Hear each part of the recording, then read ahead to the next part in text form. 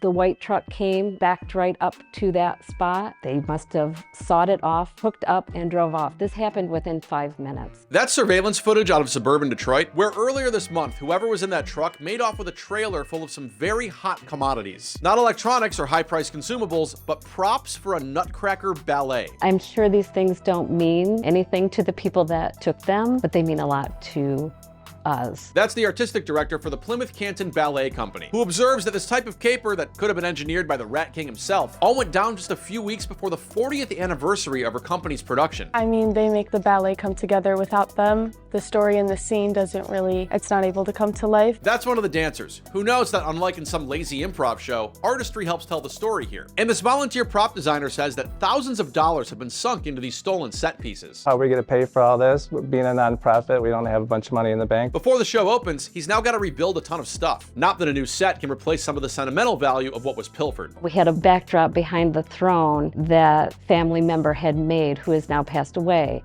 Her memory is still in that. As of press time, police are still looking into this ballet burglary, and a GoFundMe to raise money to replace the stolen gear is approaching its goal ahead of an old theater adage. This show will happen, and it's 40 years. It'll be awesome. The ballet company asked the public to support them by buying tickets to the show. And be sure to speak up if you see a bunch of bandits putting on a bootleg dance performance this holiday season.